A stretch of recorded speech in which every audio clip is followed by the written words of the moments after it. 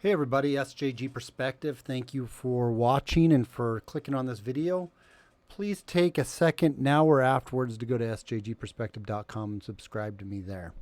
Well, it looks like, as if we've already known this isn't a big surprise. Instagram and Facebook are really cranking up the rhetoric right now on the AI and on the locking down and on the telling you what you can think and what you can say, what you can do and what you can't do.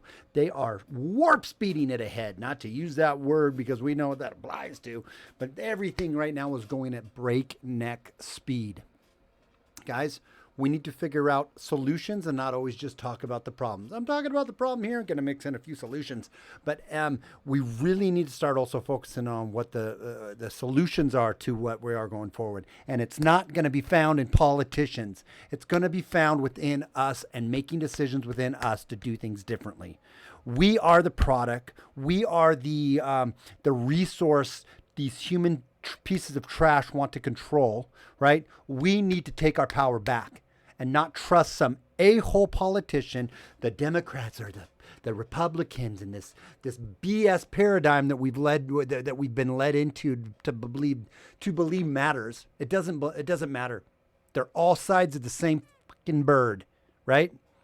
And these big tech companies, the solution is there's other ones out there that are decentralized and not like these guys. Get off of them. If you're on Instagram, Facebook, all of these. Now, I'm on the screw tube right now doing this, but I'm on my way out. I'm totally on my way out of Facebook. I don't even have an Instagram. I've never, I think, used it, right?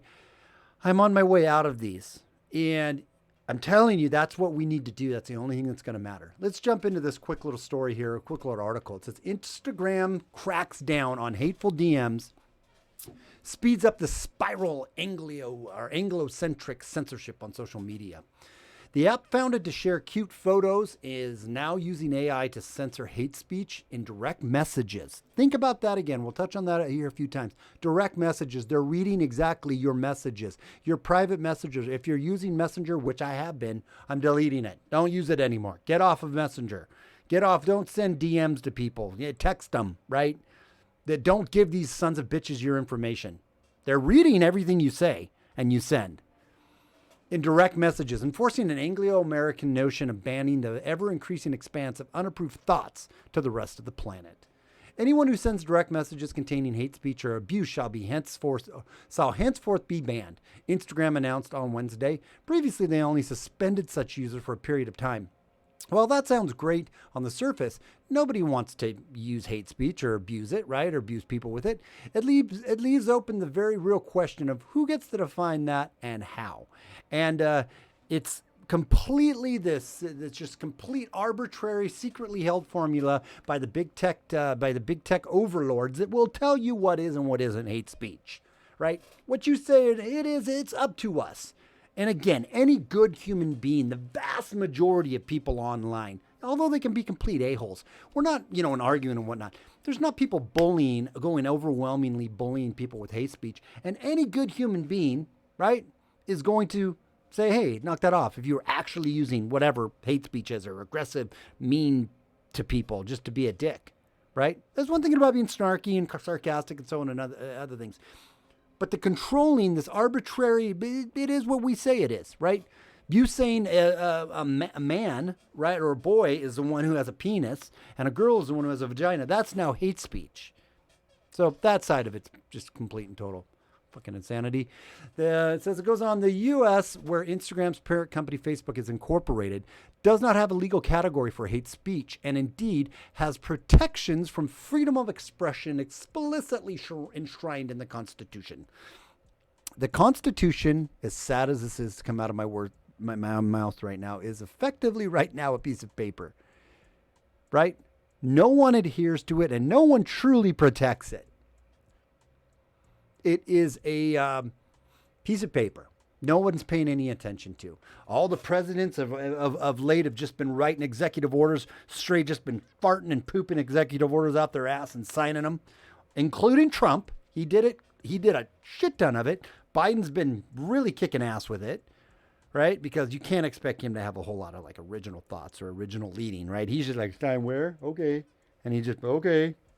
But regardless of that, the Constitution and following that, Guys, the big tech doesn't have to, they don't adhere to that. They don't care about that. They're doing their, so we'll get to the solution here, but spoiler alert, just leave them.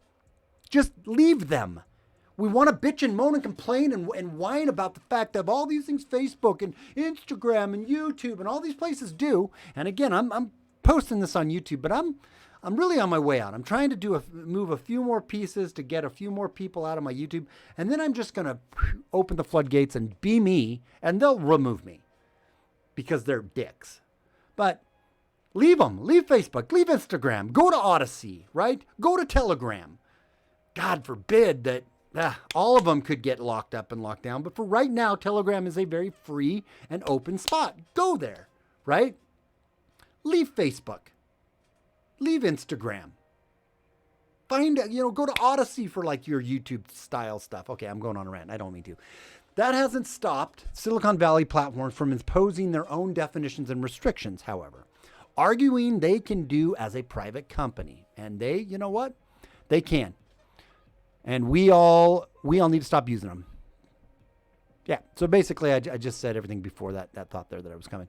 Just go somewhere else. Leave them. Leave these assholes. Leave them. That's the only thing that's going to matter to them. If millions upon millions upon millions of people left, maybe they'd be fine. But guess what? If all of a sudden those millions of revenue and ad revenue turns around or disappears, of all the conservatives that they love to sell stuff to and love to sell ads for to reach the conservatives or to reach the freedom and liberty people, if all those people just left and weren't there anymore, all of a sudden they hit their pocketbook, they might start paying attention. They are terrible, though. They are so one-sided and terrible. The solution is to leave them.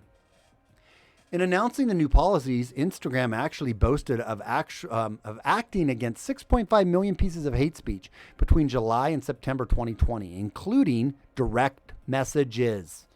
Again, they read every message you send. Think about that.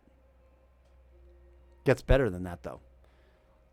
They said that 95% of the content was found before anyone even reported it. Check this part out. Meaning they censored it proactively. Moreover, here's what I'm talking about. They have also started using AI to warn people they are about to post something that might be hurtful. So you thought predictive programming or you thought predictive text to speech or predictive sentences when you're typing was there to help you? No. We're teaching them. Like when you start to type and it has a sentence like you're wanting to say something, and you're like, yeah, that's what I was wanting to say, and you hit it. You're teaching the AI. You're teaching the algorithm. Thought it was there to help you. Nope. There to control us. While Instagram didn't say what prompted the change, they do mention racist online abuse targeted at footballers in the UK, the soccer players for the US readers. Further down, they also mention being committed to cooperating with UK law enforcement authorities on hate speech. Partnering with law enforcement. Partnering with law enforcement. Here in America, people don't care really about what happens in the UK surrounding this. We're like, so what? They want to partner with law enforcement. Let them partner with law enforcement. You don't understand that it's going to happen here. It's going to be happening here very soon. Apologize. I thought I had the article up this whole time, but it doesn't matter. We're going to continue. They're partnering with law enforcement to monitor hate speech. Why is that a big deal in the UK? Because the UK is well known for arresting and prosecuting people for social media posts. The authorities themselves deem offensive or hateful. In the UK, you can get arrested for posting something on social media that the powers that be decide is hateful. Just as YouTuber comedian Mark Meechan, or a.k.a. Count Dankula, or the yet unnamed 35-year-old arrested in Lanarkshire, Scotland earlier this week for an offensive tweet. He sent out an offensive tweet and he got arrested. Don't give a shit about that if you don't want to. Don't think that's a big deal if you don't want to, but it is coming here to America. It will be here soon. It's could be here before the end of the year on the warp speed track we're on right now. Apparently, the existence of such rules in the UK means they have to be enforced globally to Instagram's billion-plus users across the planet.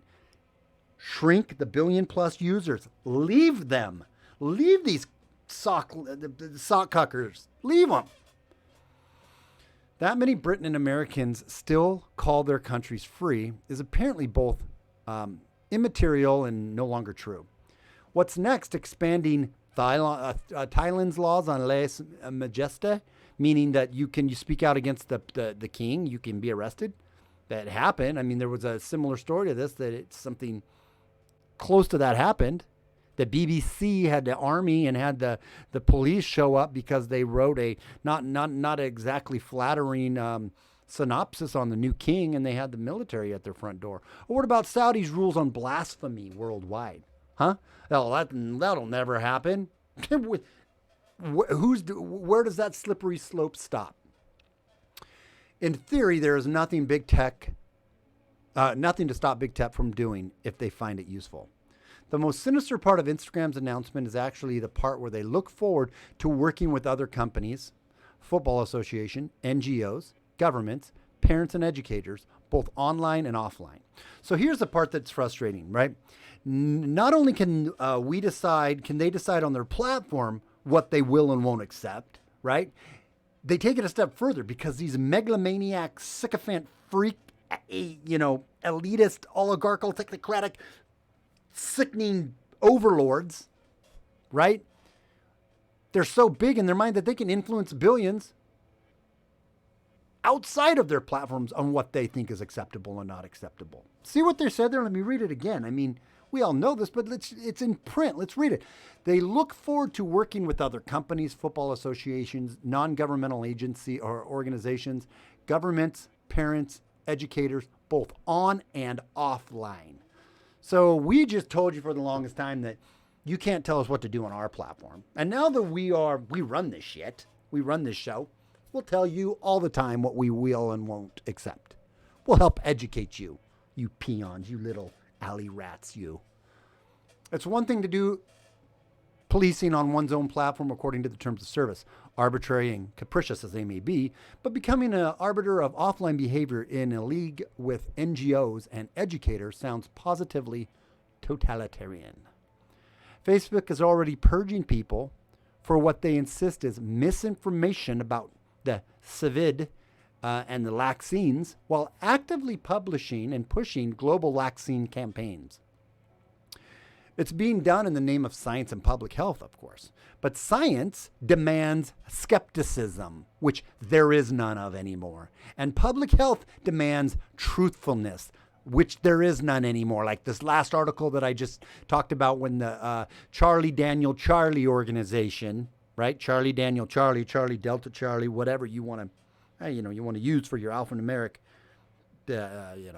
breakdown, completely sidestepped federal laws when it came to reporting on death certificates. Completely did that, right? There's no truthfulness there. We don't have that anymore. Our country's gone. It's gone right now. How we get it back? We don't get it back until we have had enough of this. We get off of these platforms. We unite together away from these, and we resist this tyranny. And we say no, we won't play along. And we figured out how to unplug ourselves out of the system. Both of which have been in short supply during this pandemic. Science, skeptical science and truthfulness from public officials. Ironically, globalization and the spread of, I don't want to read that part. Nor is anyone wondering what gives an American company the right to be the arbiter of such things. Be it Instagram, founded in 2010 as a way to share photos and with cute filters on the emerging smartphone platform, or Facebook, which brought it out 2 years later to expand the empire started by sharing photos of hot Harvard classmates. I just hope we get angry. And I know we got to be careful about being angry right now because they're looking to already claim that we're domestic terrorists and we're racists and bigots and all this other things. But unplug. Maybe we don't get angry. Unplug. Stop using it. Stop waiting for a man to save you or a woman to save you. right? From these authoritarian stuff going on by making some crazy law that'll help you be able to share what you want to share without people getting involved. Go find the platforms that already allow you to do that and go to them. And get off of Facebook, get off of Instagram, get off of YouTube, get off of all these asshole big tech dickwads. I'm coming across as an angry white man. Maybe I am. Anyways, thank you so much. Please subscribe to SJG Perspective. Look for my new little promos that you're going to find.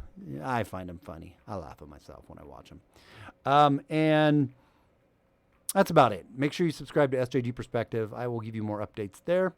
And until next time, without fear or animus, it's SJG Perspective.